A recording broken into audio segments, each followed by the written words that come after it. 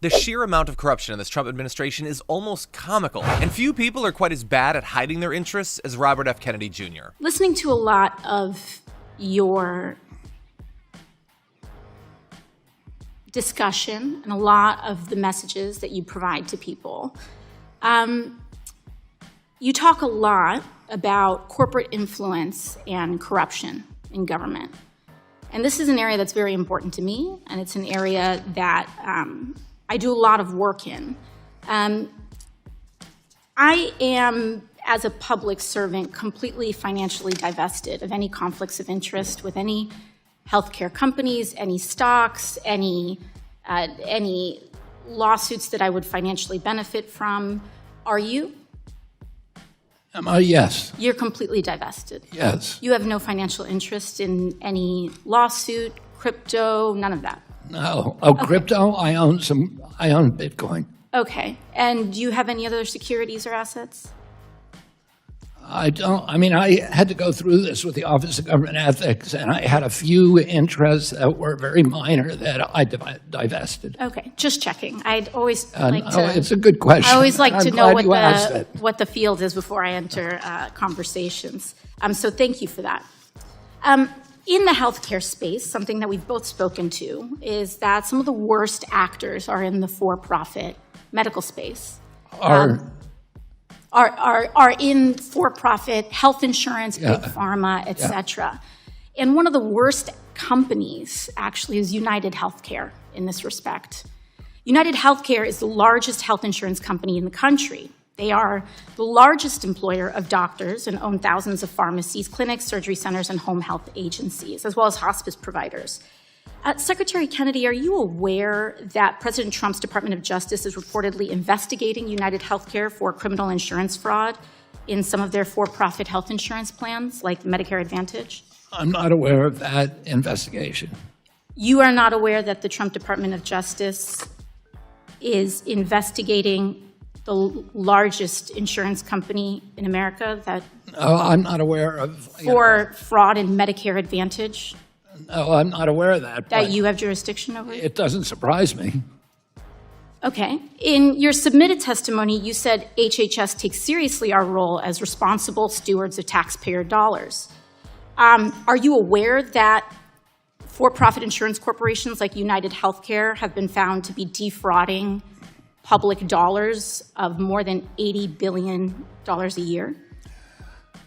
I'm not aware of that number, but I'm aware that there's that? fraud across the for-profit sector. Respectfully, Secretary Kennedy, if we're making decisions around waste, fraud, and abuse, this is the largest source of waste, fraud, and abuse of public dollars in the public insurance space. You say $80 million? $80 billion a year.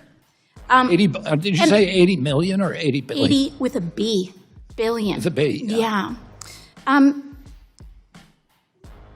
If that's the case, why did you nearly double the rate that taxpayer dollars give for-profit insurance companies like United next year, if you don't know those things? Double the rate? How did I do that? So your agency nearly doubled the taxpayer dollars that for-profit insurance corporations like United will be paid next year, meaning these companies, the largest of whom is under investigation, criminal investigation by the Trump administration, will be receiving an additional $25 billion from your agency. How is that happening?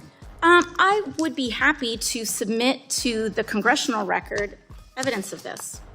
I will enter the CMS press release from April 7th of 2025 into the record, which states that Medicare Advantage corporations will now receive a 5.06% increase in payments next year under your jurisdiction, Mr. Secretary. Well, this is up from 2.2%. I mean, we're without objection proposed from the Biden administration. You are doubling the rate that the Biden...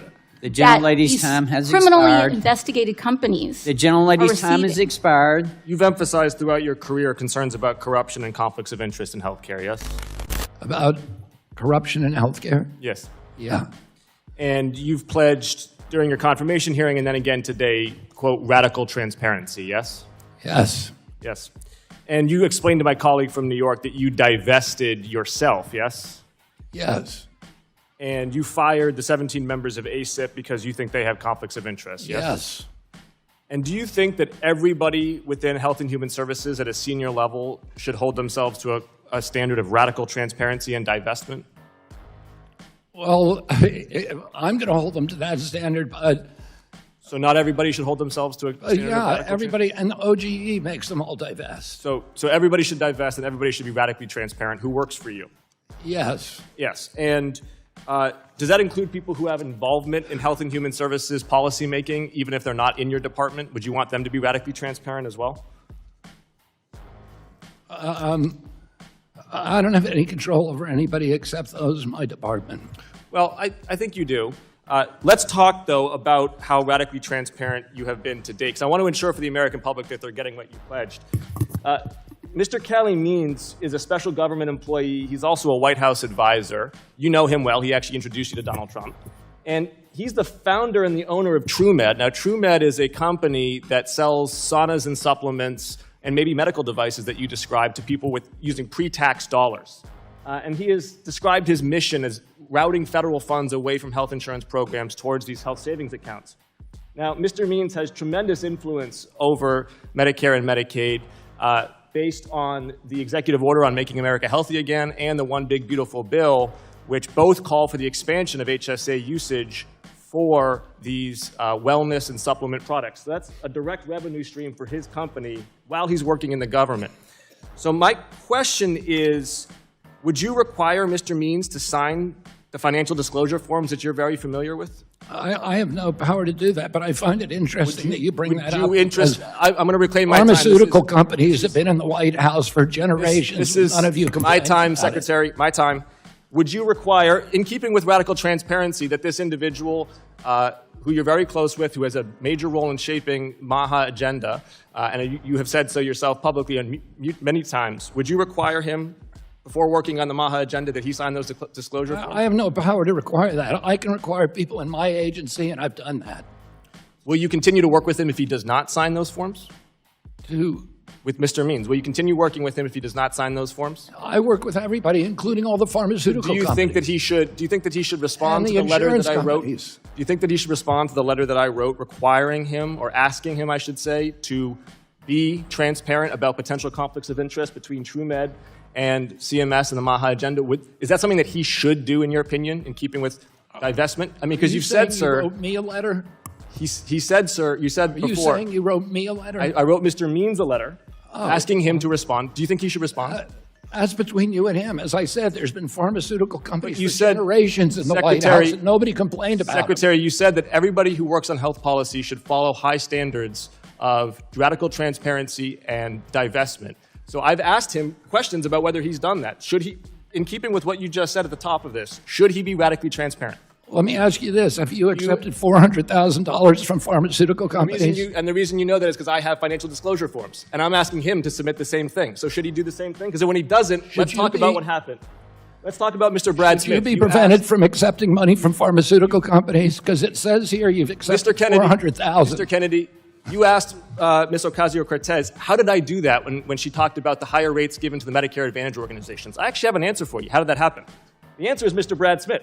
So he was in charge of Doge Healthcare, and his biggest investors at his company, Main Street Health, are the Medicare Advantage organizations, the 5 biggest health insurance corporations in America. They're his investors. He owns this company. They own him.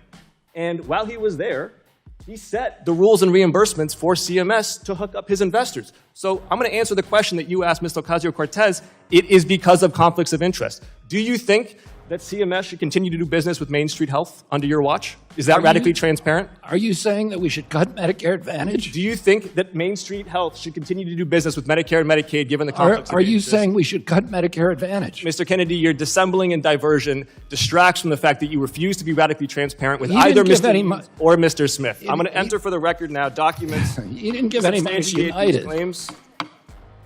Auchincloss oversight letters to Means and the board of TrueMed and Main Street. Without objection.